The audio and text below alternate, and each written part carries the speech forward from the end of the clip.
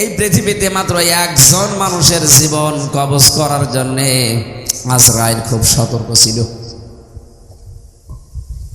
হাদিস পড়েছি, নবীজির কাছে যখন এসে বলেছে, হে রাসূল, আপনি যদি যেতে চান তাহলে আপনাকে নিয়ে যাব, যদি যেতে না চান, যতদিন থাকতে চান আপনি থাকতে পারবেন।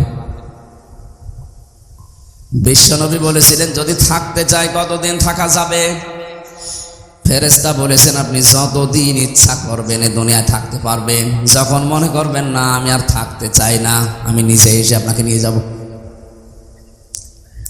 বিশ্বনবী ওই সময় বলেছিলেন, আজরাইল যদি না থাকতে চাইতে কতদিন? যতদিন ইচ্ছা, তারপরে যাওয়া লাগবে না। ইচ্ছা করেন যতদিন, কিয়ামত পর্যন্ত যদি বাঁচতে চান আপনাকে আল্লাহ হায়াত বাড়িয়ে দেবে, কিন্তু আপনাকে মরা লাগবে। এইটাই ফাইনাল, যে মরা লাগবে। কুল্লু নাফসিন যায়িকাতুল মাউত, যাকে আল্লাহ বানিয়েছে তাকে মরণ দেবে, সে যেই হোক। নবীজি বললেন, আজরাইল যাওয়ায় যখন লাগবে দেরি করার দরকার নেই, আমারে নিয়ে চলো আমার সব চাইতে বড় বন্ধু আল্লাহ রব্বুল আলামিনের কাছে। উনি শুধু হাতটা রেখেছিলেন। হযরতে আজরাইল ডাক দিয়ে বলে, হে রাসূল, আপনি কষ্ট পেয়েছেন? নবীজি বললেন, হাত সরাও। কেন? মনে হচ্ছে উহুদ পাহাড় আমার বুকের উপরে রাখলে।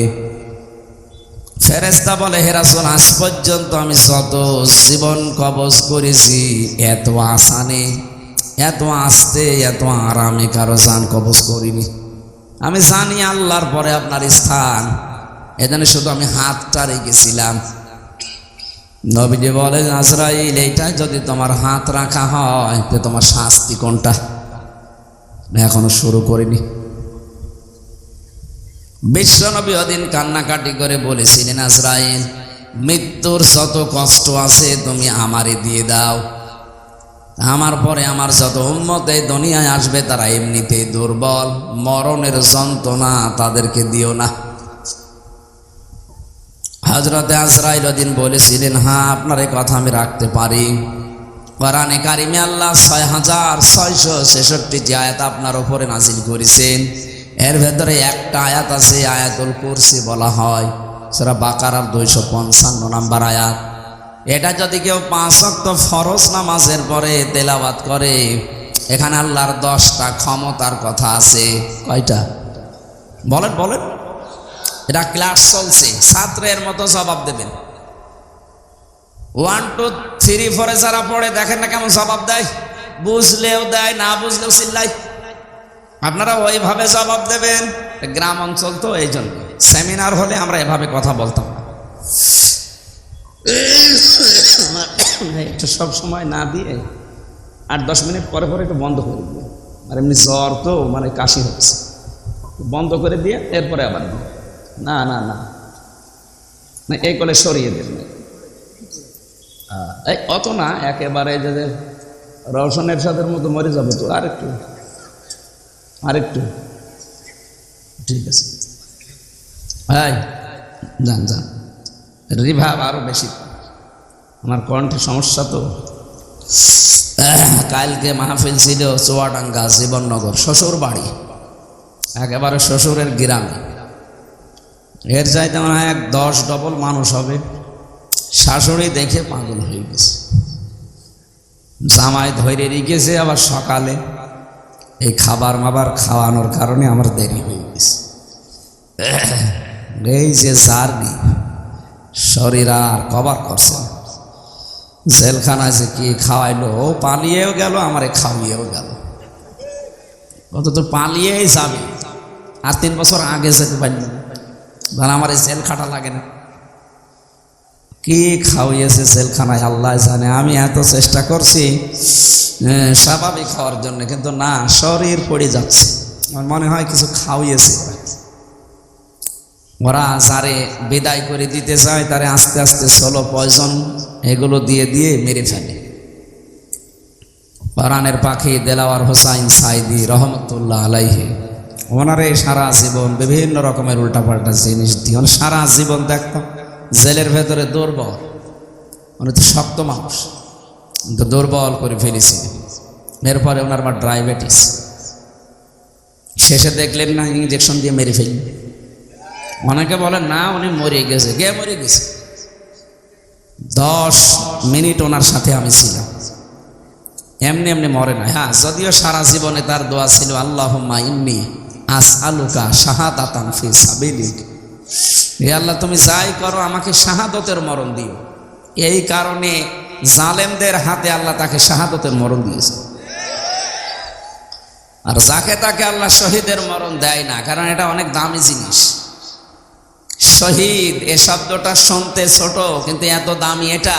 যারা শহীদ হয় তারা মরে না। আলা তাহসাবান্নাল্লাযীনা কুতিলু ফি সাবিলিল্লাহি আমওয়াতা বাল আহইয়াউন ইনদা রাব্বিহিম ইরসাকুন। সূরা আলে ইমরান 169 নম্বর আয়াত।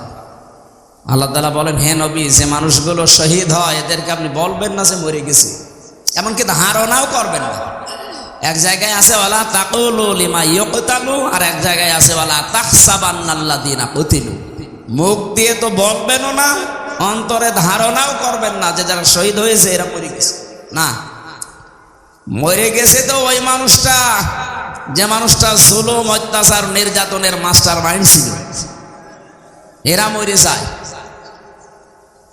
কিন্তু শাহাদতের মরণ পেলে মানুষ মরে না, এরা জীবিত থাকে এবং আল্লাহ নিজে তাদেরকে কুদরতের হাতে খাবার খাওয়ায়। সুবহানাল্লাহ বলেন। উনি যদি সত্যিই মারা যেতেন, এই যে আমার পাশে যারা মুরব্বী বসে আছে, এ মানুষগুলোর ঈমান অবশ্যই আছে। কিছু না থাক, আল্লাহ একজন আসে, বিশ্বাস নেই। এখন যদি এই বিশ্বাসের উপরে মরে যায়, কবরে থাকবে, ঘুমিয়ে থাকবে, এতটুকু শেষ। এই কথা বলেন মানে, হ্যাঁ, এরপরে 5-7 মিনিট পরে প্রশ্ন করবে। যদি বলতে না পারে না, এই জায়গায় এসে কানের নিচে দেবে একটা, আর কে মারার কথা নিয়ে এসেছে নাকি। উনি যদি এই অবস্থায় ঈমান নিয়ে মারা যেতে পারে, কবরে শুয়ে থাকবে। মাম বাআসনা মিন মারকাদিনা হাযা মা ওয়াদার রহমান ওয়া সাদাকাল মুরসালুন। কিয়ামতে যেদিন সিংহায় ফুৎকার দেওয়া হবে, ফাইদা নুফিখা ফিস সূর, ওই ফুৎকারের সঙ্গে সঙ্গে উনি চোখ মুখ ডলতে ডলতে উঠবে আর ধমক দেবে, আমারে জাগালেন কেন? আমি তো ঘুমিয়েছিলাম। মনে হচ্ছে কেবল 8-10 মিনিট আগে ঘুমিয়েছে, অথচ কোটি কোটি বছরের জীবন থেকে আল্লাহ পার করে দিয়েছেন।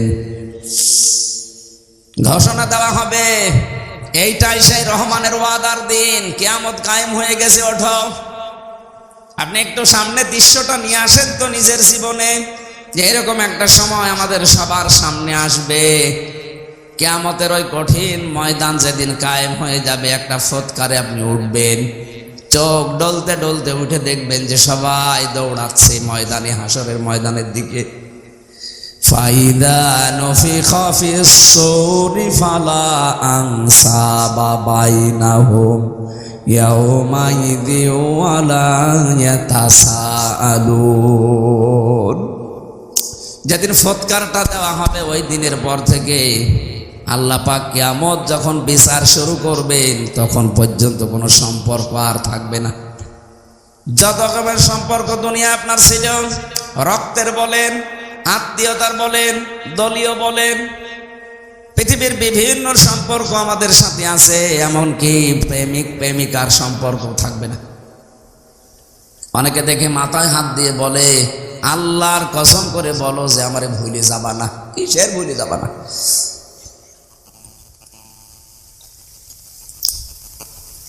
যত রকমের সম্পর্ক আল্লাহ বলেন নসব আনসব, বহু বচন দিলাম, একটাও থাকবে না, সব কাট হয়ে যাবে। ইয়াউমাইযি ওয়ালা ইয়াতাসাআলুন। এমনকি পৃথিবীতে যে মানুষগুলো একে অন্যের কাছে কিছু আশা করে, চায়, এরকম কোনো মানুষ দেখলেই তাড়াতাড়ি দৌড়াবে, ওর কাছে কোনো কিছু জিজ্ঞাসা করার সুযোগ দেবে না। এই দুনিয়া আমরা বিপদে পড়লে বাবাকে দেখলে মনে হয় যে আশা জাগে না, উনি আমার জন্য হয়তো কোনো জায়গায় কিছু চেষ্টা করছেন। আল্লাহর কসম, কোরআনে কারীম সূরা মুমিনুনের ভেতরে আল্লাহ এটা জানিয়েছেন, সিংহায় ফুৎকার দিলেই ওই বাবা পর্যন্ত মনে করবে হয় আমার কাছে আসতে পারে, এই জন্য ও দৌড়াবে। কি করবে? ন্যাংরা মানুষ যেভাবে দৌড়ায় ওইভাবে না। ইয়াউমা ইয়াফিরুল মারউ মিন আখি, এই যে আল মারউ মিন আখি, এর আগে আল্লাহ ইয়াফিরু দিয়েছেন। ইয়াফিরু শব্দের শাব্দিক অর্থ হচ্ছে মাজা তুলে দৌড় দেওয়া। আপনার আত্মীয় স্বজন যত রকমের সম্পর্কের মানুষ আছে, ও দেখা মাত্রই মাজা তুলে দৌড় দেবে। বলেন নাউজুবিল্লাহ। এই জন্য আমার এই কথাটা একেবারে বাস্তব, আপনি নিজের চোখের সামনে মিলাবেন। কিয়ামতের দিন সবাই যখন উঠতে থাকবে, আর শহীদ যারা হয় এই মানুষগুলো খেতে থাকবে। সুবহানাল্লাহ বলতে পারেন না? এই জন্য শহীদ এই শব্দটা খেলাধুলা বিষয় না। এ জেলাতে যিনি রাষ্ট্রপতির দায়িত্বে ছিলেন, শহীদ জিয়াউর রহমান, শব্দটা ওনার নামের আগে আন্দাজে লাগানো হয়নি, চিন্তা ভাবনা করে লাগিয়েছে। সারা পৃথিবী জানে এই বাংলাদেশের সংবিধানের ওপরে, আল্লাহর ওপরে আস্থা, এই কথাটা উনি লিখেছিলেন। কথা বলে না কেন? বিসমিল্লাহির রহমানির রহিম, এটা দিয়ে সংবিধান শুরু হবে, এটা উনি লিখেছিলেন। ওনার জীবনে ভুল ত্রুটি হয়তো আছে মানুষ হিসাবে, আল্লাহ যদি বিচার করে যে আল্লাহর উপরে আস্থা, এই দিকে তাকিয়েও আমার মনে হয় আল্লাহ ওনারে মাফ করে দেবেন। ওনারে মাফ করে দিলে আমাদের বিশাল ক্ষতি হয়ে যাবে। বলেন আমার ভাইরা, আমি যে কথাটা তুলেছিলাম, শাহাদতের মরণে কোনো কষ্ট নেই। এজন্য আমার আল্লাহ পাক হযরতে মাওলানা দেলাওয়ার হোসাইন সাইদি রহমতুল্লাহ আলাইহি, ওনাকে সাধারণভাবে জেলখানায় মরণ না দিয়ে জালেমদের হাতে শাহাদতের মরণ দিয়েছেন। কারণ এ মরণে আল্লাহ কোনো কষ্ট রাখেনি। অথচ মুহাম্মদ রাসূলুল্লাহ বলতেছে, আজরাইল হাত সরাও। তাহলে যে আয়াতুল কুরসি পড়ার কথা তিনি বললেন, এটা নিজে জান কবজ করবেন তিনি জানাচ্ছেন। হে নবী, আমি যেহেতু সবার জান কবজ করব, আমি আপনাকে এই গোপন সংবাদটা জানালাম। আপনার উম্মতেরা যদি আয়াতুল কুরসির 10টা ক্ষমতা বিশ্বাস করে পড়তে পারে, অনেকের মনে আশা জেগেছে যে আমি আয়াতুল কুরসি পড়ি। আরে ভাই না, এর ভেতরে 10টা জিনিস আল্লাহ সাজিয়ে দিয়েছেন। এই 10টা জিনিস আপনার প্র্যাকটিক্যাল লাইফে, আপনার বাস্তব জীবনে এটা থাকা লাগবে। আপনি আন্দাজে পড়ে গেলেন, একটাও আপনার জীবনে নেই না, ওই রকম আয়াতুল কুরসিতে হবে না। আমি বহু হিন্দুর সাথে মিশে দেখেছি, আমার রিমান্ডে অনেক হিন্দু অফিসার পেয়েছি। আমার আর কোরআনে কারিমে কেমন আয়াত, তো আমার মনে হয় আমার চাইতে ওর কোরআন বেশি জানাস। এমন এমন আয়াত রাতের বেলা যখন পাহারা দিত ওই রিমান্ডে, এমন এমন আয়াত এসে পড়তো, কি গো নাম মনে হচ্ছে উল্টা পাল্টা, সুব্রত বালা, দেবদুলাল, মোহন কুমার, এর নাম তো সব মুসলমানের। এরা পাহারা দিত কিন্তু আয়াত পড়তো কোরআন শরীফের। ইয়া আইয়ুহাল্লাযীনা আমানু ইন্না মিন আজওয়াজিকুম ওয়া আওলাদিকুম আদুওয়াল লাকুম ফাহদারুহুম। কিভাবে পড়েন? যে কোরআন শরীফ আমাদের আয়াত আছে, যে সেই বিষয়ের আয়াতগুলো আছে 8টা 10টা 15 20টা করে আয়াত মুখস্থ করে রিমান্ডে আমারে প্রশ্ন করতো আমার এই ওয়াজ নিয়ে, যে আপনি এই ওয়াজ করেছেন এই আয়াতের সাথে, হ্যাঁ আপনি কেন এই জায়গায় এই কথা ঢুকালেন? বদরের ময়দানে এখানে 14 জন শহীদ হয়েছে, 14 জন কাফের মারা গেছে। আপনি এই জায়গায় তথ্যটা আগে না বলে পরে বললেন কেন? এগুলো ওরা আয়ত্ত করে নিয়েছে। কেন? ও মানুষগুলো দেখতাম মাঝে মাঝে আল্লাহর ভুল ধরত, আমার রিমান্ডে প্রশ্ন করে আর আল্লাহর ভুল ধরে, যে আল্লাহর এই কাজটা ঠিক হয়। আপনার কাছে পরামর্শ নিয়ে আল্লাহ কাজ করার আপনার কাছে শয়তান। সব চাইতে বেশি পেয়েছিলাম ওই যে মাটির নিচে আয়না ঘর, যেটা রিমান্ডে ওখানে নিয়ে যখন রেখে পাহারা দিত, রাত 12টার সময় একদল আসতো, অধিকাংশ হিন্দু, এসে কোরআনে কারিমের এমন এমন আয়াত থেকে প্রশ্ন জিজ্ঞাসা করে, আর ওই 1.5 মিনিট 2 মিনিট ভিডিও শোনায়। দেখেন তো এটা আপনার নাকি? হ্যাঁ। কোথায় বলেছিলেন? চুয়াডাঙ্গায়। এটা কোথায়? কুষ্টিয়ায়। এইটা নাটোরে। আমি বললাম যে 1.5 ঘন্টা কথা বলি আমি, এর আগে নেই পরে নেই, 1.5 মিনিট 2 মিনিট কোথা থেকে পান? বলে আমরা সারাদিন বসে বসে শুনি আর দেখি কোন জায়গায় হাত লাগানো যায়। হাত লাগাবেন, হাত লাগাতে হলে আমার চাইতে আপনার আয়ত্ত বেশি থাকা লাগবে। কথা বলে না কেন? কেউ যদি ভুল ধরতে চায়, আমার আজকের আয়াতের তাফসিরে আমার কোরআনের ওপরে মাস্টার্স করা আছে। আমার মতো যারা করেছেন লেখাপড়া, তার উপরে পড়াশোনা করা লাগবে। একটা ইঞ্জিনিয়ার পাশ করে 10 তলা বিল্ডিং এর প্ল্যান দিয়েছে, আর এই যে দোকানে চা খালাম, ওর যে হাল হকিকত দেখি আসলাম, ওই লোক এসে যদি বল না এ প্ল্যানে ভুল হয়েছে, ওর দাঁত মুখ ফেলে ফেলার দরকার না। এই কথা বলছে না? এই লোকটা অনার্স মাস্টার্স করেছে এই বিষয়ের ওপরে, এতদিন লেখাপড়া করছে, 16 বছর পড়া লাগে, 16 থেকে 18 বছর। একটা প্ল্যান দিল, আর আপনি চার দোকানদারি করছেন, লবণ ঠিক মতো দিতে পারেন না, মিষ্টি ঠিক মতো দিতে পারেন না, আর আপনি ভুল ধরছেন এই প্ল্যানে। আমার যে মানুষগুলো ভুল ধরছে, অবস্থা কিন্তু ওদের ওই রকমই ছিল। ওরা কিছু কিছু সাবজেক্টের উপরে আয়াতগুলো হাদিসগুলো আয়ত্ত করে করে কি করে ভুল ধরা যায় সেই চিন্তা ছিল। এভাবে যদি 16 বছর 18 বছর কোরআনের উপরে পড়াশোনা করে ভুল ধরা লাগতো, তাহলে আর ভুল ধরতো না। এমনকি আল্লাহরও ভুল ধর। আমি আকিজ গ্রুপে চাকরি করতাম ওই সময়, তাদের খতিব ছিলাম। আপনারা অনেকে জানেন না, আকিজের বড় ছেলে যিনি এখন ডাক্তার মহিউদ্দিন, ওনার 4টা স্ত্রী, 4 বিয়ে করা তো জায়েজ নেই। দেখেছেন, একটা জায়েজ জিনিস হালাল, এটা নিয়ে কত সমস্যা, কেউ ভয়ে কথা বলছে না। আরে আশ্চর্য রে! আল্লাহ তাআলা কোরআনে কারিমে বিয়ের কথা শুরু করেছেন 2 বউ দিয়ে, ফাঙ্কিহু, নিকাহ করো, বিবাহ করো। কয়টা? মাসনা 2টা, সোলাসা 3টা, রোবা 4টা। আল্লাহ কি 1 দিয়ে শুরু করেছেন না 2 দিয়ে? তাহলে বউ 2টা থাকলেই ভালো। যদিও আমাদের এই দেশের সামাজিক পারিবারিক যে অবস্থা, এটা এই দেশের মানুষ মেনে নেয় না। আমি বিশ্বের বহু মুসলিম দেশে ঘুরেছি, ওই সমস্ত দেশে শরীর চলে না 3-4টে বউ। হ্যাঁ, আমি যে ড্রাইভার নিয়ে যেতাম মদিনায়, ও আমার চাইতেও চিকন, ঠেলা দিলে পড়ে যাবে, অথচ 4টে বউ গাড়ি চালায়। গাড়ি চালিয়ে আপনার 4 বউ, আর আমি আপনাকে ভাড়া করছি আমার 1 বউ।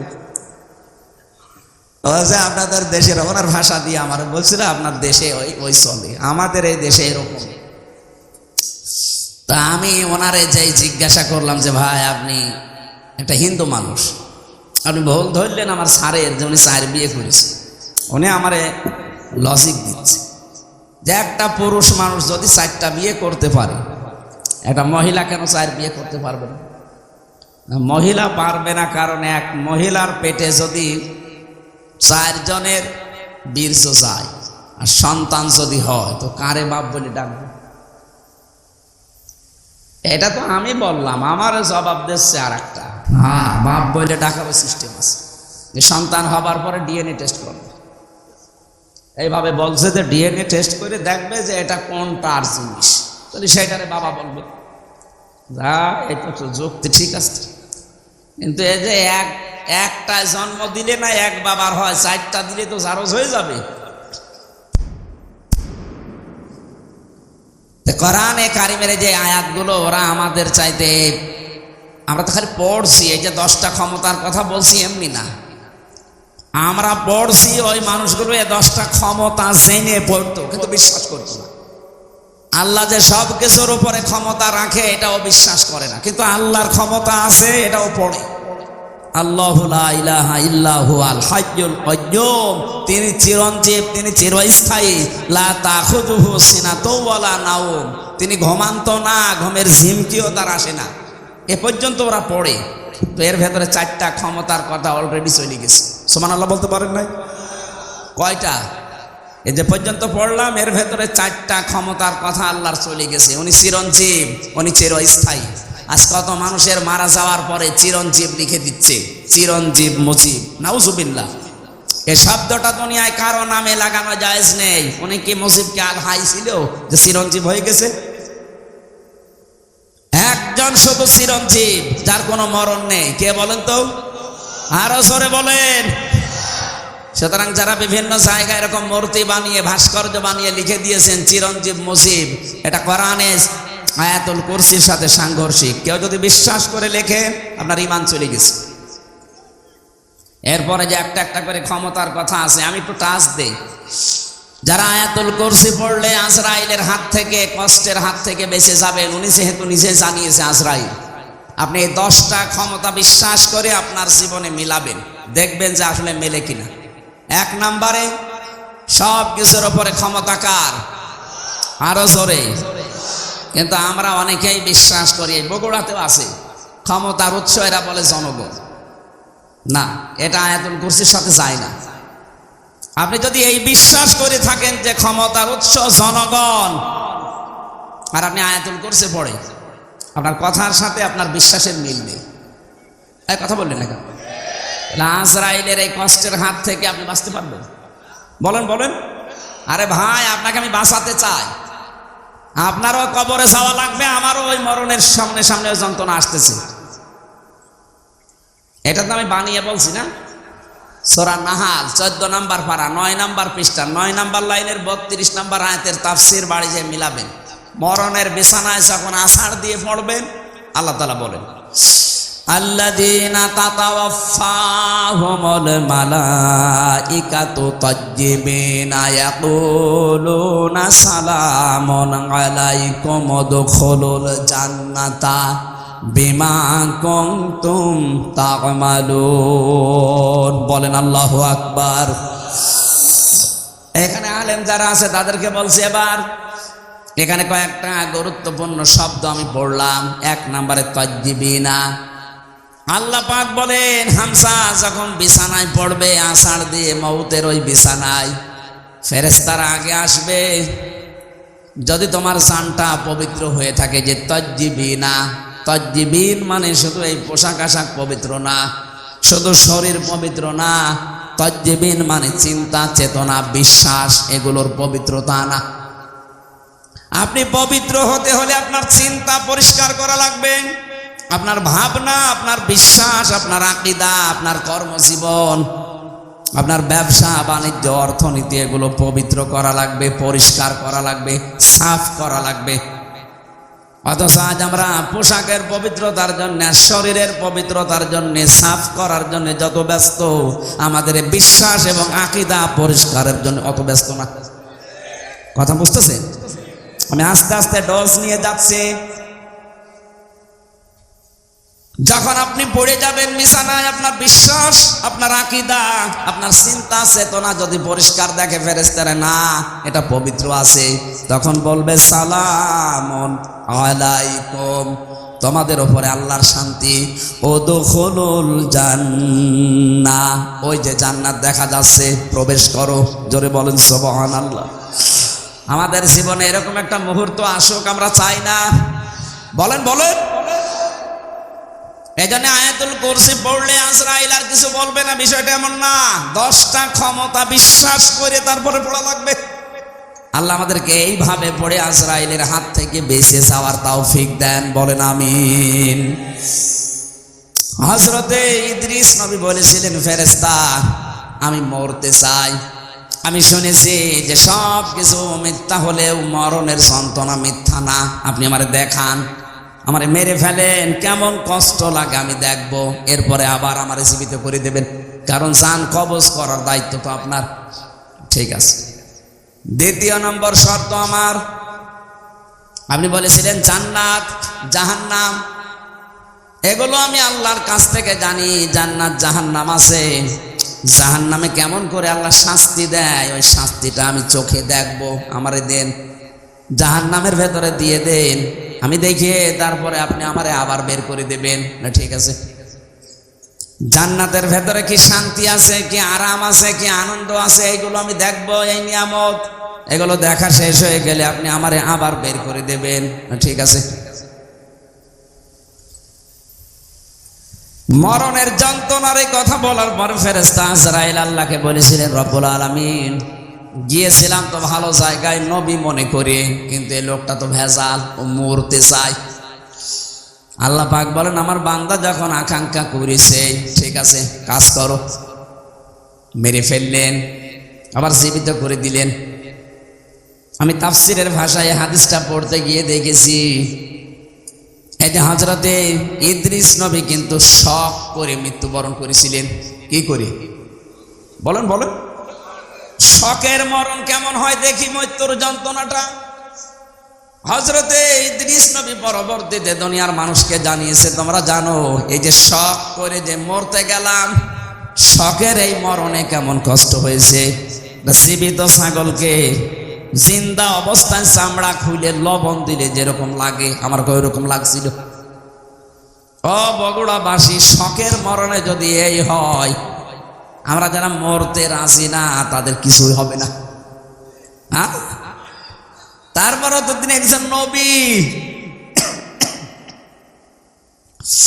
ঠিক আছে, আপনি আমারে নিয়ে চলেন জাহান্নামে। জাহান্নামে আমি দেখতে চাই কেমন করে আল্লাহ শাস্তি দিচ্ছে।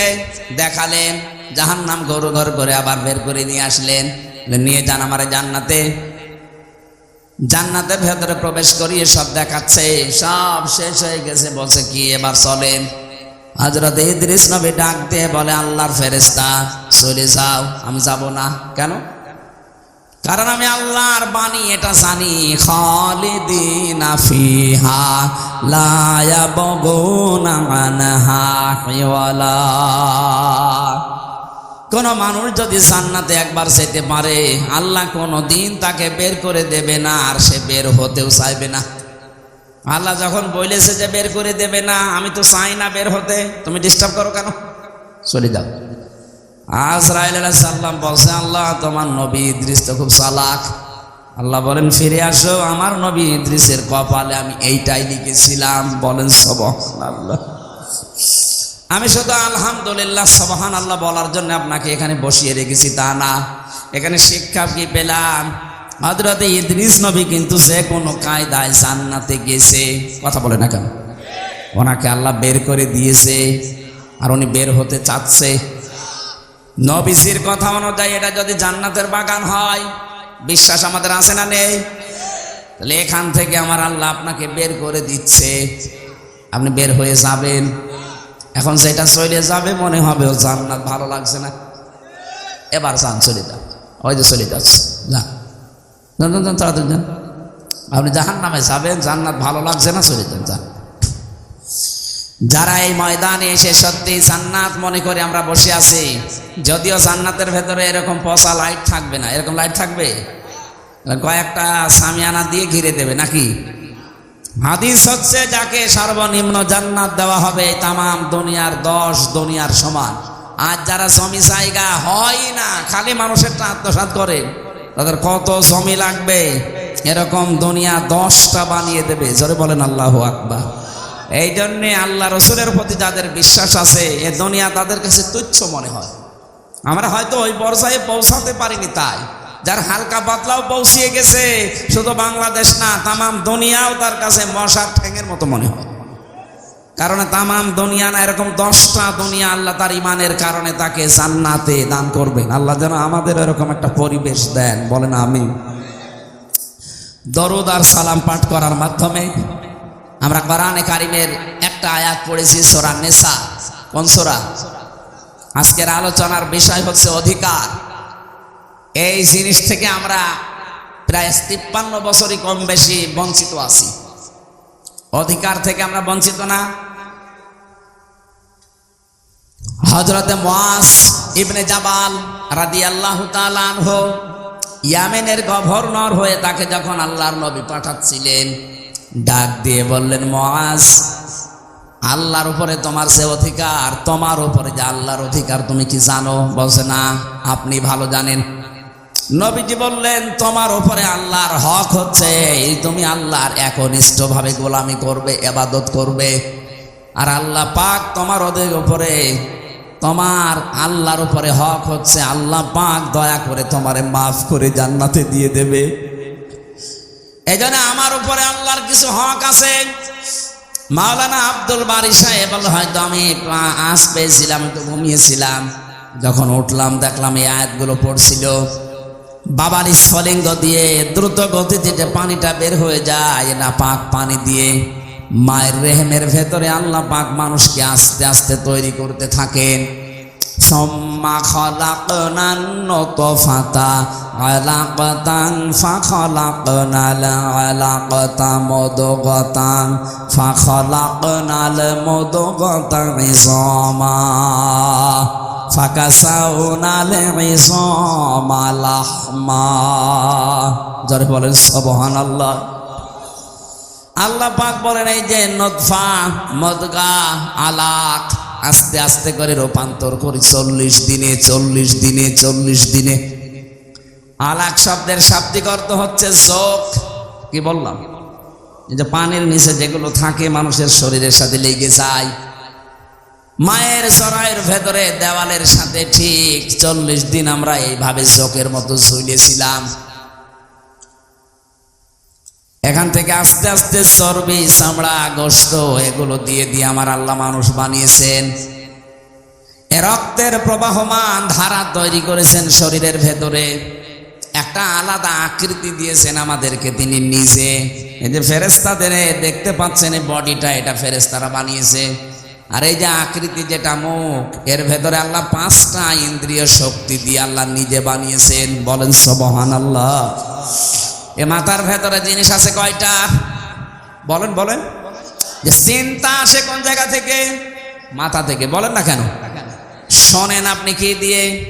কান দিয়ে। কথা বলেন, নিঃশ্বাস নিচ্ছেন, দেখছেন আপনি চোখ দিয়ে। 5টা ইন্দ্রিয় শক্তি গুরুত্বপূর্ণ, এগুলো সব এই মাথা কেন্দ্রিক। আল্লাহ এই জন্য নিজে এটা তার হাত দিয়ে বানিয়েছেন। লাকাদ খালাকনাল ইনসানা ফি আহসানি তাকওয়িম। অবশ্যই আমি সবচাইতে সুন্দর আকৃতি দিয়ে বানিয়েছি মানুষকে। কে বলছেন? আরো জোরে বলেন। এত সুন্দর করে আমি মানুষ বানালাম। পৃথিবীর একটাই সৃষ্টি, এই যে কাবা শরীফ, যদিও কালো গিলাপ দিয়ে ঢেকে রাখা আছে। দুনিয়ায় কত কিছু তো কালো দেখি আমরা। এই যে ভমর কালো, কোন মানুষ একবার ভমর দেখে আর একবার তাকাতে মনে বলে আমি পাইনি। কথা বলছেন না কেন? পেঁচা, বাদর, চামচিকা, এরা নিজেরা তো কালো, আবার কালো জিনিসেরা ভালোবাসে, অন্ধকার। এই জন্য এদের যা চেহারা, এদের একবার দেখলে আর একবার দেখতে মন চায় না। কাবা শরীফ কালো, একটা এমন একটা আকর্ষণ আল্লাহ ওর ভেতরে দিয়েছেন, যতবার তাকাবেন মনে হয় আর একবার তাকায়। নবীজি জানিয়েছেন পৃথিবীর 2টা জায়গা আছে যেখানে তাকিয়ে থাকলে সওয়াব হয়। একটা কাবা শরীফ, আর একটা আপনার মা আর বাবা। জোরে বলেন সুবহানাল্লাহ। মায়ের দিকে, বাবার দিকে কেউ যদি মহব্বতের নজরে তাকিয়ে থাকে, একটা নফল হজের সওয়াব হয়ে যায়। সাহাবী বললেন, হে নবী, আমি যদি 100 বার তাকাই? বিশ্ব নবী বলেন, মা বাবার দিকে 100 বার যদি কেউ তাকায়, 100 বারই নফল হজের সওয়াব হবে। অথচ কয়েকদিন আগে যে রংপুরের নীলফামারী, কিশোরগঞ্জ একটা থানা আছে, ওখানে যেয়ে দেখলাম বৃদ্ধাশ্রমে এই লাইনে আর এই লাইনে কত মা বাবা বসে চোখের পানিগুলো ফেলছে। এদের চোখের দিকে তাকালে আমি বুঝতে পেরেছি এরা সন্তানের জন্য বরদোয়া করছে। যে মায়ের দিকে, বাবার দিকে শুধু তাকালেই হজের সওয়াব হয়ে যায়, নফল। অথচ ওরাও তো কোনো মা বাবার সন্তান ওদেরও আছে, ওরা রেখে এসেছে নিজের ইচ্ছা করে ওই বৃদ্ধাশ্রমে। একটা সন্তান বলেন তো কখন তার মার বাবাকে বৃদ্ধাশ্রমে রেখে আসে? আমার যতটুকু মায়া মহব্বত ইমান আছে আমার দ্বারা সম্ভব না। যদি আমার বউ, ছেলে, মেয়ে সব ছেড়ে দেওয়া লাগে, তাও আমার মার বাবাকে বৃদ্ধাশ্রমে রেখে আসা সম্ভব না আমার ইমানে। ওরা তো রেখে এসেছে। কথা বলে না কেন? ওরা রেখে এসেছে কোন কারণে? ওদের পেছনে কোনো কারণ আছে। আমি একবার রাঙ্গামাটি গিয়েছিলাম, লংগদু থানা, ওখানে একটা বৃদ্ধাশ্রম আছে। বললাম আমারে নিয়ে চলেন তো দেখে আসি। যে দেখি একটা লোক কলেজের প্রফেসর কাঁদতেছে। কি আপনি কি হয়েছে? বলছে আমার মা। আর মায়ের কাছে একটু দাঁড়ালাম, দেখি কি বলে। মৃত্যু সজ্জায় ডাক দিয়ে বলছে, ওই আমার সন্তান, আমি যখন মারা যাব আমার মাথার ওপর যে ফ্যান ঘুরছে এই ফ্যানটা তুই পাল্টিয়ে দিবি, নতুন ফ্যান লাগিয়ে দিবি আমি মরে গেলে। ছেলে কৌতূহল নিয়ে বলছে, মা তুমি তো মরেই যাবে, মরে গেলে আবার ফ্যান কি হবে? মা বলছে দরকার আছে, কারণ তুই আমার সাথে যা করলি আমার মন ডেকে বলছে তোর সন্তানও তোকে এখানে কিছুদিন পরে রেখে যাবে। কথা বলেন না কেন? এই যে গতকালকে পেপারে এসেছে ঢাকা বিশ্ববিদ্যালয়ের একজন অধ্যাপক, দুইটা ছেলে, একটা মেয়ে, একটা আমেরিকায় থাকে, একটা লন্ডনে থাকে, আর একটা অস্ট্রেলিয়ায় থাকে, তিনজনই প্রতিষ্ঠিত। ওর বউ মারা গেছে, ওই তিন ভাই বোন মিলে সিদ্ধান্ত নিয়ে বাবাকে রেখে গেছে বৃদ্ধাশ্রমে। অথচ তো সে নিজে বলছে আমার ঢাকায় ফ্ল্যাট ছিল তিনটা, আমার বড় ছেলে চালাকি করে ফ্ল্যাটগুলো সব লিখে তার নিজের অ্যাকাউন্টে টাকা নিয়ে নিয়েছে। আজ আমার যেহেতু কিছু নেই, মেয়েটা আছে অস্ট্রেলিয়ায়, আর ছেলে দুইটা কেউ লন্ডনে কেউ আমেরিকায়, তাদের অভাব নেই, কিন্তু এই মানুষগুলোর পাশে একটা ঘর আমার জন্য হয়নি যে একটা রুমে আমি থাকবো। যেই কয়টা ছেলে আর মেয়ে এরা আমাকে এদের বর কারণে শেষ পর্যন্ত এই বৃদ্ধাশ্রমে রেখে গেছে। 3 বছর পরে পরে নাকি একটা চিঠি লিখে বাবার কাছে, অথচ লোকটা ঢাকা বিশ্ববিদ্যালয়ের শিক্ষক ছিল। অনেক দেখলাম কথা বলতে বলতে মরে গেল। এ লোকটা হাও মাও করে কাঁদছে।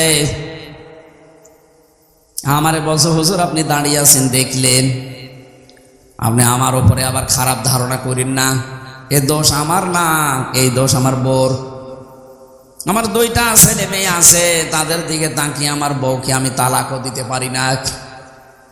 আজ 3 মাস আগে আমি এখানে রেখে গিয়েছিলাম আমার মাকে, দাঁড়িয়ে নিয়ে বড় ঝামেলায় পড়েছিলাম। বারবার আমার বউ আমার তাকিদ দেয় যে এই বুড়ি যদি থাকে আমি তোমার ভাত আর খাবো না। কি করবো, ছেলে মেয়ের দিকে তাকিয়ে বাধ্য হয়ে মাকে রেখে গিয়েছিলাম এখানে। বাবা আমার ওই ছোটবেলায় মারা গেছে, আমি একটা কলেজের অধ্যাপক, অথচ এখন কি হয়ে গেল দুনিয়া থেকে আমার আর নাম ধরে ডাকার মতো কেউ নেই। বগুড়াবাসী, আমি শুধু আবেগ নিয়ে বলছি তা না, আমি বাস্তবে দেখতে পাচ্ছি। রাঙ্গামাটি লংগদু থানার এই যে মাটা মারা গেল, কলেজের অধ্যাপক, এখানে বহু মানুষ ঠিক তার পরিবারের কাছে ওই রকমই। একটা বাবা 8টা 10টা 16 17 20 22 25টা ছেলে মেয়ে আমি দেখেছি। 25টা ছেলে মেয়েকে বাবা মানুষ করতে পারছে এক হাতে এক কাঁধে তুলে নিয়ে, অথচ 25টা ছেলে মেয়ে মিলেও একটা বাবা আর মাকে খাবার দিতে পারে না। শেষ পর্যন্ত 15 দিন বা 1 মাস করে পালাপালি করে নেয়। বগুড়াতে নেই। সিদ্ধান্ত নেওয়া লাগবে, আমার মা বাবাকে যদি আলাদা করতে কেউ চায় দুনিয়া থেকে, আমি দরকার হয় তারে আলাদা করে দেব।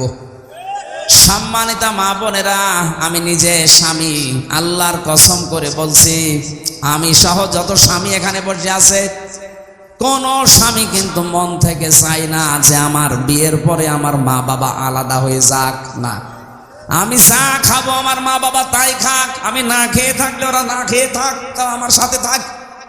কথা বলে না কেন? এই পরিবেশটা আমরা অনেক জায়গায় দেখছি নষ্ট হয়ে গেছে। বিয়ে করার কিছুদিন পরেই সন্তান আর পেরে ওঠে না, শেষ পর্যন্ত এই মা বাবাকে হয় আলাদা করে দেয়, নাই বৃদ্ধাশ্রমে দিয়ে দেয়। কথা বলেন ঠিক কিনা?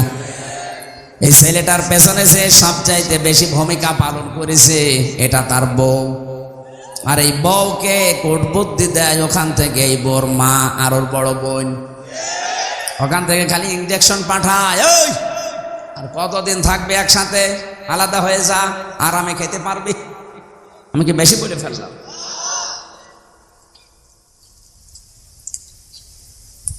আল্লাহ রাব্বুল আলামিন বলেন, এত কষ্ট স্বীকার করে করে তোর মা তোকে পেটে বহন করে চামড়া গোশত চর্বি দিয়ে যখন একটা আকৃতি তোকে বানিয়ে দিলাম, এই মানুষটাকে আমি আল্লাহ আস্তে করে মায়ের পেট থেকে বের করে নিয়ে আসলাম।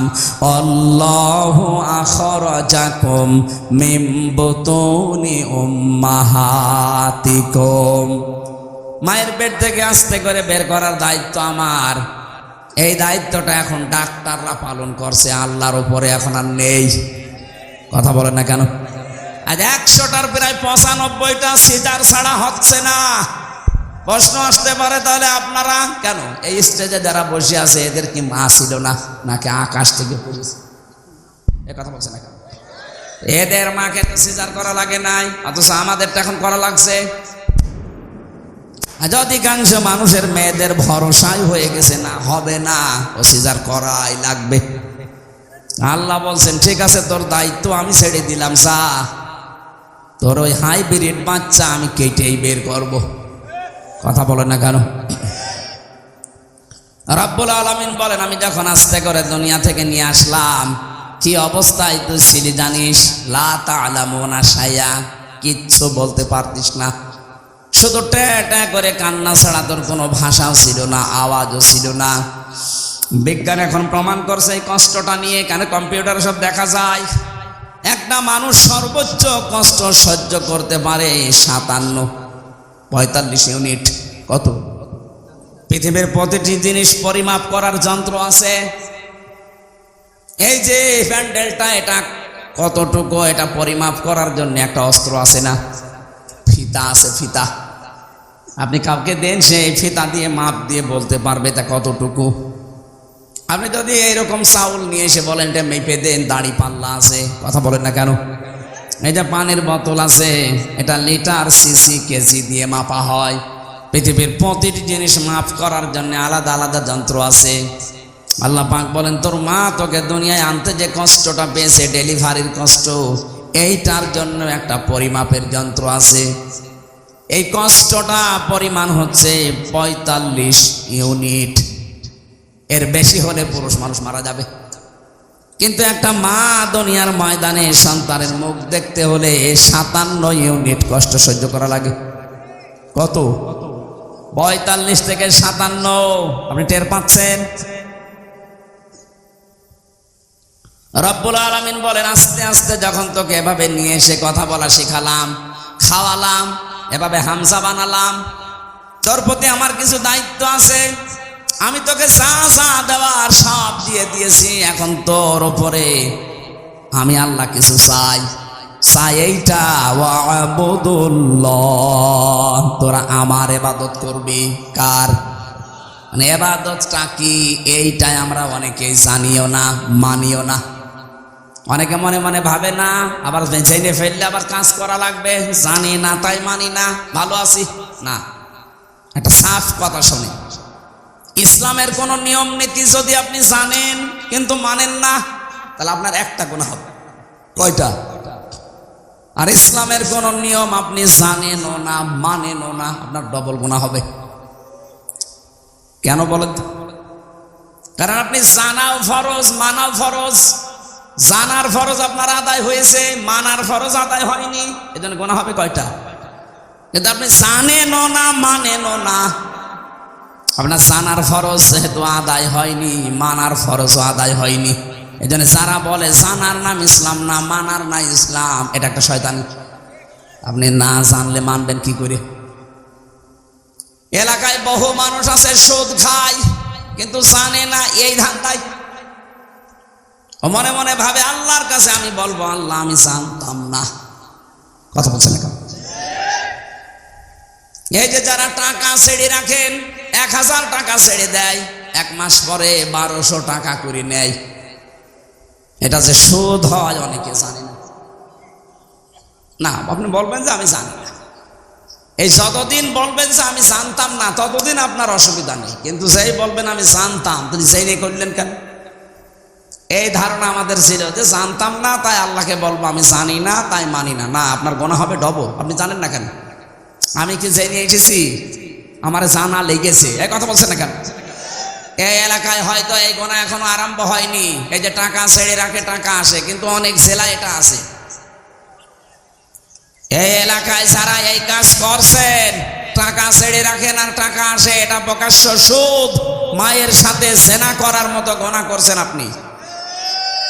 এটা ছেড়ে দেওয়া লাগবে। কারা কারা এই গুনাহ ছেড়ে দেবেন? হাত তোলেন তো। এই এলাকায় তো চলছে 180 মাইল বেগ। ঠিক আছে, আপনারা এই এলাকাতে প্রায় সবই মায়ের সাথে জেনা করছেন, সে না খেয়ে থাকেন, না খেয়ে মরে যান, তারপরে জাহান্নামে যাওয়া লাগবে না। কিন্তু মায়ের সাথে জেনা করে গেলে জাহান্নামে শুধু না, ইদাফ লাহুল আযাব ইয়াউমাল কিয়ামা, জেনাকারীদের শাস্তি ডবল হবে। কয়টা বলেন? তাহলে এই গোনাটা এখনো পর্যন্ত আপনার এলাকায় আছে, আর আপনি নামাজ পড়েন, রোজা রাখেন, হজ করে আসেন। কিসের হজ করেন? আজকেই সিদ্ধান্ত নিয়ে বাড়ি যাবেন যে না, আমি আর এই গোনার সাথে নেই, টাকা যা ছেড়ে রেখেছি, আগামী মাস থেকে টাকা শুধু 1000 দিলে 1000ই নেব, 1200 নেব না। পারবেন না ভাই? এটা যদি আপনি নাই পারেন, তো কেন কষ্ট করে রাতের বেলা বসে আছেন? আপনি বাড়ি যেয়ে ঘুমান, আর আপনার আমল নামায় উঠতে থাক, আপনি এই জায়গায় লিখা উঠবে আপনি মায়ের সাথে জেনাকারী। বলেন নাউজুবিল্লাহ। কুষ্টিয়ার বড় বাজারে দেখলাম আসরের নামাজ পড়ে গেল, আমার সাথে নামাজ পড়ে দোকানের সামনে দিয়ে ঘুরতেছে, আর কে টাকা দেয়, টাকা নিয়ে কি লেখে, কি গো নামাজ পড়ে আসলো, আর এই লোক এত টাকা পায়। চলে যাওয়ার পরে দোকানদারকে বললাম, ভাই কিসের টাকা দিলেন? হুজুর বলা যাবে না। বলা যাবে না মানে? প্রতি মাসে মাসে উনি একবার করে এখানে আসে, আল্লাহরে ওলি টাকা নিয়ে যায় আমার কাছে, 10,000 করে আমার টাকা দেয় মাসে মাসে, আর 1,000-এ 100 টাকা করে বেশি। এটা কি সুদ? বলেন না কেন? এগুলো স্বর্ণের দোকানে দেখলাম বেশি দেয় ওরা।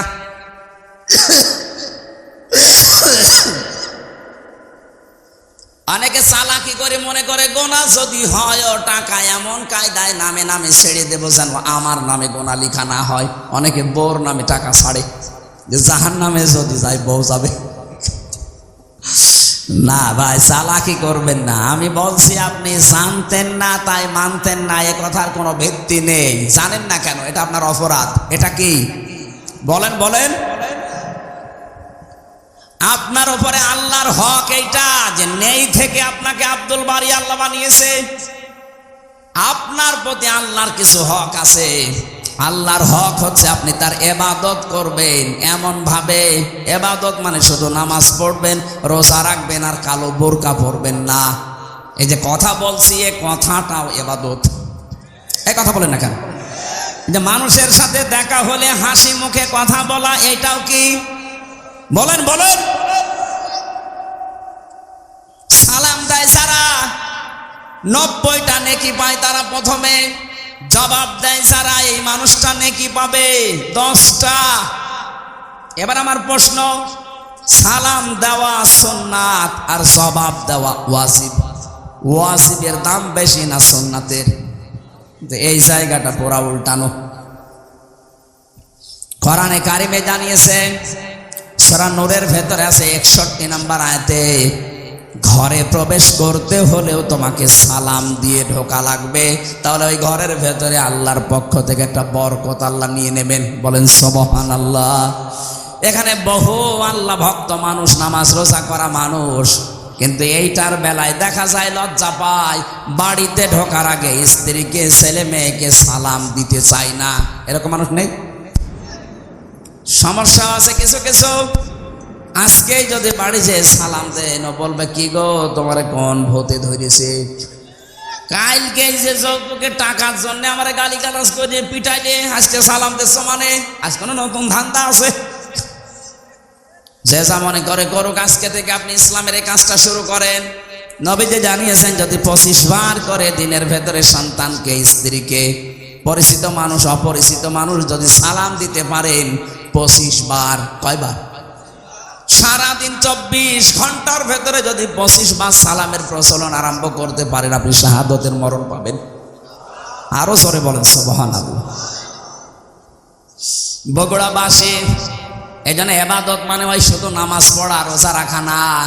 আপনি কথা থেকে শুরু করে একেবারে সংসার চালাবেন কি করে, সবটাই ইবাদত। বলেন। বলেন। আমি এবার আলেমদেরকে বলছি, এই আপনারা এইটা ভালো করে শুনুন। 2 নম্বরে আয়াতে ছিল, ওয়ালা তুশরিকু বিহি শাইআ, তোমরা আল্লাহর সাথে শিরিক করবা না। কি করবা না? শিরিক কি? আল্লাহ যেটা পারে ওইটা অন্য কেউ পারে, এই বিশ্বাস করার নাম শিরিক। আর এই শিরিক যারা করে তারা মুশরিক। এ কথা বলছে না? এ পর্যন্ত বুঝেছেন কিনা বলেন? আমি ক্লাস নিচ্ছি না, একটা ক্লাস চলছে। আল্লাহর সাথে যারা শিরিক করেন, আল্লাহ বলেন আমি যেটা পারি ওইটা অন্য কেউ পারে। ছেলে মেয়ে দিতে পারে কে? এটা কোনো পীর সাহেব পারে, কোনো কবরে শুয়ে আছে এই লোক পারে। এই বিশ্বাস অনেকে মহিলা করে না। বলেন বলেন, এই যে মহাস্থান গড়ে যে কত মানুষ সন্তান চাচ্ছে, ওই গাছের সাথে দেখবেন বড় বড় ঢেলা ঝুলিয়ে রেখেছে, পাথর ইট। কি গো, এখানে পাথর ঝুলিয়ে রাখবেন। এগুলো সব চাইতে বাগের হাটে ওই খান জাহানের দরবারে বেশি বড় বড় পাথর ঝুলিয়ে রাখে। ওকে কেন কে বুদ্ধি দিয়েছে? ওই পাথর যখন ঝুলবে পেটের ভেতরে সন্তান এসে দোল খাবে, দৌলে দৌলে। সে কেউ বিশ্বাস করে করুক আর অবিশ্বাস করুক, কারো কাছে শুনে জেনেই করছে। যেন আমি এক কথাই বলছি, এটা রেকর্ড হচ্ছে। আল্লাহ যেটা পারে ওইটা অন্য কেউ পারে, এই বিশ্বাস করার নাম শিরিক। আর শিরিক যারা করে তারা আরো জোরে বলেন মুশরিক হয়ে যাবেন। এই যে সূরা নিসার আয়াত পড়লাম, এর ভেতরে 5টা আয়াত আনকমন আছে। নবীজি বলেন এই 5টা আয়াত পেয়ে আমি এত খুশি হয়েছি, তামাম দুনিয়া দিয়ে দিলেও আমি এত খুশি হতাম না। তার ভেতরে এইটা, ইন্নাল্লাহা লা ইয়াগফিরু আইয়ুশরাকা বিহি ওয়া ইয়াগফিরু মা দুনা যালিকা লিমান ইয়াশা। এ পৃথিবীর সব গুনাহ আল্লাহ ইচ্ছা করলে মাফ করে দিতে পারেন, কিন্তু শিরিক করলে তার মাফ নেই। কে বলছেন? আরো জোরে বলেন। এবার আসেন আমি একটা একটা করে দিচ্ছি। সন্তানের ক্ষেত্রে বুঝলাম আল্লাহ বাদে কারো এখানে হাত। আরো জোরে। ক্ষমতায় দিতে পারে আল্লাহ ছাড়া অন্য কেউ, কিন্তু যারা বলে জনগণ তাদের ঈমান আছে। হ্যাঁ, ঈমান আছে, কিন্তু শিরিকপূর্ণ ঈমান। আর শিরিকপূর্ণ ঈমান থাকলে আল্লাহ তাকে মাফ। বগুড়াবাসী সত্যি করে বলছে, আল্লাহর কসম আপনাকে আমি ভালোবাসি, আপনি ভুল পথে আছেন। এই দেশে যারা এই বিশ্বাস করে না তারা বিপদে ছিল এতদিন। যারা বলতো না ক্ষমতার উৎস আল্লাহ, তাদের নিবন্ধনও বাতিল করে দিয়েছিল, তাদের নিষিদ্ধ করেছিল। এক কথা বলছে না কেন? যারা বলতো না ক্ষমতার উৎস জনগণ, তারা ঠিক ছিল। আর ভাই আপনি তো জাহান্নামে যাচ্ছিলেন। এদেরকে ব্যান্ড করার পরও এরা মানে নাই, বলছে না ক্ষমতার উৎস জনগণ, মানি না তো মানি না। আল্লাহ ঠিক যেন 5 দিন পরে তাদের পোড়াটা উল্টিয়ে দিয়েছেন। কারণ ওই জালেমরা হাত দিয়েছে জামাত ইসলামের গায়ে না, ওরা হাত দিয়েছে সরাসরি একেবারে আল্লাহর গায়ে। আল্লাহু আকবার, আল্লাহু। আপনি এই জায়গায় বলেন যে আল্লাহ সব কিছুর উপরে, আর এই ক্ষমতার মতো একটা ছোট্ট জিনিসের কাছে এসে বলছেন না এইটার মালিক আল্লাহ না জনগণ। যাদের এরকম বিশ্বাসে অপবিত্রতা আছে, আপনি পাল্টিয়ে যাবেন আজকে। এর জন্য যদি দল ত্যাগ করা লাগে ওইরকম দল ত্যাগ করবেন না। এবার আওয়াজ বেশি হয়নি আমি জানি, আর এটা বগুড়ায় হবেও না। কথা বলছে না কেন? যেই দলের বিশ্বাসে এই শিরিক আছে যে ক্ষমতার উৎস জনগণ, ওইটার মুখে ঝাঁটা মেরে চলে আসা লাগবে। ও দল যদি আমার বাবাও তৈরি করে, ও দলে আমি নেই, কারণ আমার বাবা জাহান্নামে গেলে আমি তার সাথে যেতে পারি না। কথা বলেন, নাকি বাবার সাথে যাবেন? এবার একটা নতুন তথ্য বলছে, এখানকার আলেম চলে গেছে নাকি? হ্যাঁ, এবার ভালো করে শুনবেন। আল্লাহ রাব্বুল আলামিন বলেন,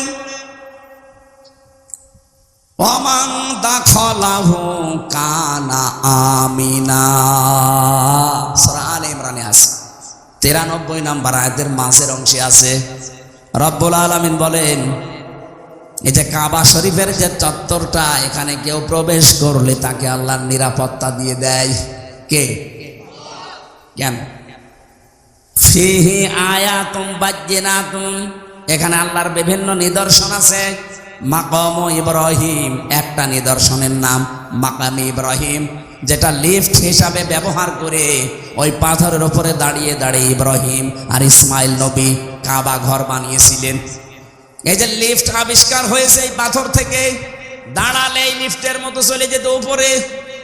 আবার যখন মনে করতেন আমি নেমে পাথর আবার নিতে চাই, তখন আবার নিচে নেমে পড়তো। যারা হজে গেছেন দেখেছেন কাবার পাশে কয়েক হাত ধরে হযরতে ওমর ওই পাথরটা ওখানে রাগিয়ে রেখেছেন, আগে কাবার সাথে ছিল। এখন মানুষের সুবিধার্থে এটা করা। আল্লাহ পাক বলেন এই চত্বরের ভেতরে আল্লাহর বহু নিদর্শন আছে, তার এক নাম্বার নিদর্শন ইন্না আউওয়ালা বাইতি উযিআ লিন-নাস লাল্লাযী বিবাক্কাতা মুবারাকাও ওয়া হুদাল লিল আলামিন। পুরাতন প্রাচীন একটা নাম মক্কা শরীফের বাক্কা। কি নাম? এই মক্কার নাম ছিল বাক্কা। এই বাক্কায় পৃথিবীর প্রথম ঘর আল্লাহ প্রতিস্থাপন করে দিয়েছেন, তার নাম কাবা। নাম কি? এই ৭৫-এর ভেতরে কেউ গেলে তাকে নিরাপত্তা দিয়ে দেয়, শান্তি স্বস্তি, সে নিরাপদ হয়ে যায়। কে? আরো জোরে বলেন। আমি কেন এটা বলছি বারবার বলেন তো? আমি এটা বোঝাতে চাই কাবা শরীফের চত্বরটা আল্লাহ এমন নিরাপদ বানিয়ে দিয়েছেন, অথচ ওর ওই এরিয়ার বাইরে গেলেই অনেক উল্টাপাল্টা কাজ চলছে, রাহানাজানি চলছে, ছিনতাই চলছে, মারামারি চলছে, রক্তপাত চলছে, ধোঁকাবাজি চলছে।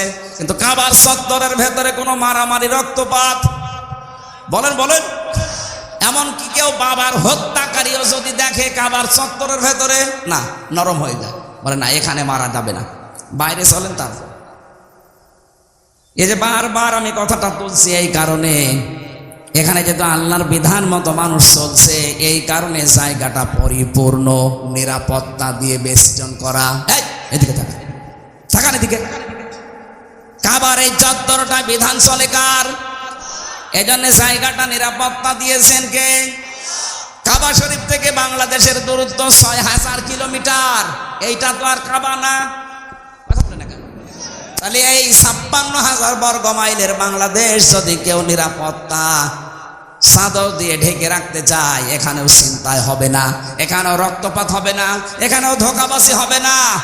ওখানে যেমন আল্লাহর বিধান কায়েম করার মাধ্যমে আল্লাহ নিরাপত্তা দিয়েছেন, এই ৫৬,০০০ বর্গ মাইলে আল্লাহর বিধানটা কায়েম করে দেন, সেই কাবা শরীফের মতো হয়ে যাবে।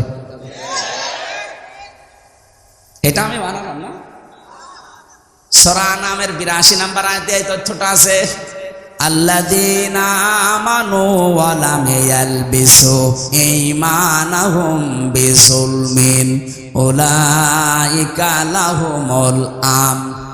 আল্লাহ পাক বলেন এই যে মানুষগুলো এইভাবে আল্লাহর কুদরতি আঙ্গুল এই বগুড়া ধনুটের দিকে তাকিয়ে বলছে, এই যে এই মানুষগুলো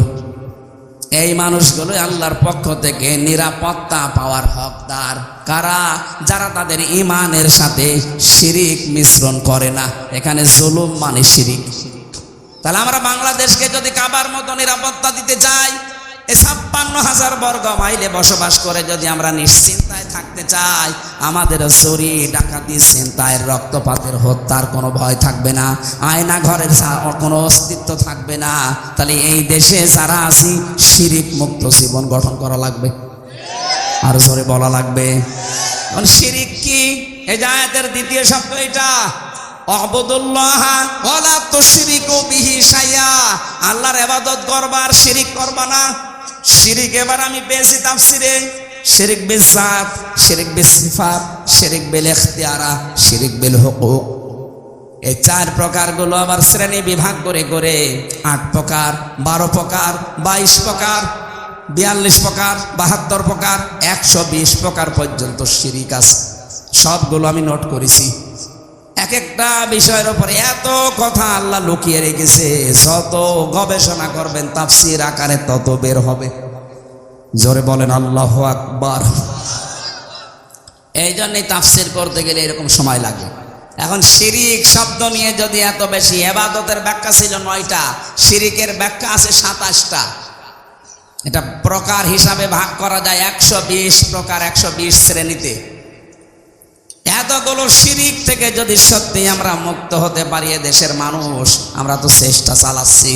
আমাদের বিশ্বাসে শিরিক থাকবে না, আমাদের আকীদায় শিরিক থাকবে না, আমাদের সমাজে শিরিক থাকবে না, আমাদের সংসদেও শিরিক থাকবে না। সংসদে একটা শিরিক ছিল, আল্লামা দেলাওয়ার হোসেন সাইদি রহমতুল্লাহ আলাইহি ওটা তুলে দিয়েছেন। এই যে মাথা নিচু করে ঢোকা লাগতো, মুসলমানের মাথা শুধু নিচু হবে কার সামনে? ওই স্পিকারের সামনে এভাবে যাওয়া লাগতো আগে, মাথা নিচু করে। উনি বলেছে না, মুসলমানের এই দেশে এই শিরিক চলতে দেওয়া যায় না, সিস্টেম করে ওইটা বাদ দিয়ে দিয়েছে, এখন আর ওইভাবে যাওয়া লাগে না। কিন্তু 15.5 বছরের দিকে তাকান, এই দেশটা যেন মানুষ মুশরিক হয়ে যায় ওই দাদা বাবুদের মতো ওরা সর্বাত্মক চেষ্টা চালাচ্ছিল। কোথাকার কোন বাবার ছবি বিভিন্ন প্রতিষ্ঠানে টাঙিয়ে টাঙিয়ে সম্মানের জায়গায় রেখে দিয়েছে, ছেলেমেয়েরা এইভাবে করে করে পূজা করতো, আমি নিজে দেখেছি। একটা জাতিকে মুশরিক বানাতে পারলে তাকে অনিয়ন্ত্রিত করে ফেলা যায়। আজকে ভারত বাংলার বিভিন্ন পাহাড় অঞ্চলগুলো অস্থিতিশীল করে রাখতে চায়, ওদের একটা গোপন ষড়যন্ত্র আছে। আজকে একটা ভিডিও ফাঁস হয়েছে, ওরা বাংলার বিভিন্ন প্রান্তগুলো, বিশেষ করে চট্টগ্রামের পার্বত্য অঞ্চল, এগুলো মাঝে মাঝে যুদ্ধ লাগিয়ে রাখে, মাঝে মাঝে অশান্তি তৈরি করে রাখে, অস্থিতিশীল করে রাখে। কারণ ওদের একটা উদ্দেশ্য আছে, ওরা নাকি ওটা ভাগ করে ম্যাপ তৈরি করে মায়ানমারের কিছু অংশ আর চট্টগ্রামের কিছু অংশ কয়েকটা জেলা নিয়ে আলাদা একটা খ্রিস্টান রাষ্ট্রের ঘোষণা দেবে। এই দুর্বিসন্ধি চলছে। আমি এটা এত মানুষের সামনে বলা ঠিক না, এটা গোপন বিষয়। এগুলো চালাচ্ছে আমেরিকা এবং ইহুদি ছাড়া।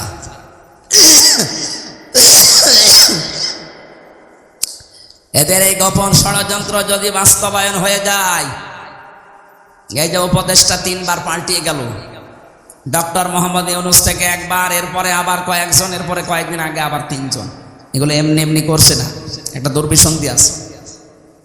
সব চাইতে ভয়ঙ্কর এর ভেতরে এই ফারুকি, এই লোকটা মেয়েতে মেয়েতে ছেলেতে ছেলেতে বিয়ে করা, এই যে সমকামিতা, এটা প্রমোট করে। এইগুলো নিয়ে সে সিনেমাও বানিয়েছে।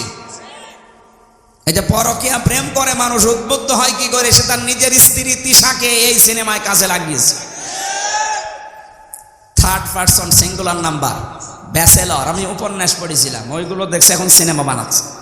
আমার বিশ্ববিদ্যালয়ে থাকাকালীন একটা অভ্যাস ছিল, ক্লাসের পড়া যাই হোক আমি উপন্যাস পড়তাম খালি। এই দেখেছিলাম ওই সময়, ওইগুলো দিয়ে দিয়ে এখন নতুন নতুন সিনেমা তৈরি করছে। আর এগুলোর লেখক যারা, আমি ওই লেখকের নাম নিতে ঘৃণা করি, ওই মানুষগুলো যা করে গেছে, পরকীয়া প্রেমের মাধ্যমে পুরা একটা সংসার জাহান্নামী হয়ে যায়। 2, 3, 4, 5 সন্তানের ছেলে মেয়ের মা সব রেখে আল্লাহর রাস্তায় চলে যাচ্ছে। কথা বলছেন এখন? ও বলছে ঠিক, ওটা আল্লাহর রাস্তা, শয়তানের রাস্তা না। পরকীয়া প্রেমে যারা আছেন, আপনি আজকেই তওবা করে ওই মোবাইল নাম্বার ওই বান্ধবীর বলেন আর ওই পরকীয়া প্রেমিক প্রেমিকার এক্ষুনি ডিলিট করে দেবেন। ও বলছে ঠিক, তার মানে ওর মোবাইলে আছে। ওই এদিকে আসো। আয়াতের 2য় কথা ছিল, রব্বুল আলামিন বলেন, হে পৃথিবীর মানুষেরা, ওয়াল জারিদিল কুরবা ওয়াল জারিল জুনুবি ওয়াস সাহিবি বিল জামবি ওয়াবনিস সাবিল। পৃথিবীর ময়দানে যারা আত্মীয় স্বজন আছে, প্রতিবেশী হোক আর অনাত্মীয়, তাদের সাথে মিলমিশ করে চলবা, ভালো ব্যবহার করবা। আজ হাজারো মানুষের কারণে প্রতিবেশী অশান্তিতে আছে, অথচ লোকটা নামাজ পড়ে। কথা বলে না কেন? আরে প্রতিবেশী মানে আপনার বাড়ির পাশে সে আছে, শুধু সে না, আপনি বাসে যাচ্ছেন এই বগুড়া থেকে ঢাকা পর্যন্ত, এই যে 4-5 ঘন্টা সময় লাগবে, আপনার পাশের সিটে যে আসে সে 5 ঘন্টার প্রতিবেশী। বলেন বলেন, আপনি সিট এমন ভাবে কাজ করে নিয়েছেন যে সে পা রাখবে সে জায়গাও নেই না, আপনি প্রতিবেশীকে কষ্ট দিতে পারেন না। এত বেশি কথা জিবরাইল নবীকে প্রতিবেশী সম্পর্কে শোনাতেন। নবীজি বলেন, আমার মনে হচ্ছিল আমার জমি জায়গার ভাগ, এই মিরাস, এইটাও নাকি প্রতিবেশীকে দেওয়া লাগতে পারে নাকি। আবার বলেন তো, এত গুরুত্ব স্যার তাদের সাথে আজ আমাদের সম্পর্ক দা কুমড়ার। এগুলো টাউনে তো আরো বেশি, গ্রামেও আছে। মুরগিতে ধান খেয়েছে, এই নিয়ে প্রতিবেশীর সাথে গন্ডগোল। বলেন বলেন, আমা মালাকাত আইমানুকুম, সাবধান, নিজেরা অধীনস্থ যারা আছে তাদের সাথে খারাপ ব্যবহার করবা না। নবীজির জীবনের শেষ কথা 2টা, তিনি বলেছিলেন আসসালাত আসসালাত, আমা মালাকাত আইমানুকুম আসসালাত। উম্মতেরা আমি তোমাদের রেখে গেলাম, যাই করবা করবা, নামাজ ছাড়বা না। আর অধীনস্থ যারা আছে, কাজের লোক, মেয়ে ছেলে যাই বলেন, তাদের সাথে ভালো ব্যবহার করবা। নবীজির জীবনের শেষ কথা এইটা। يا نفس إن لم تظفري لا تجزعي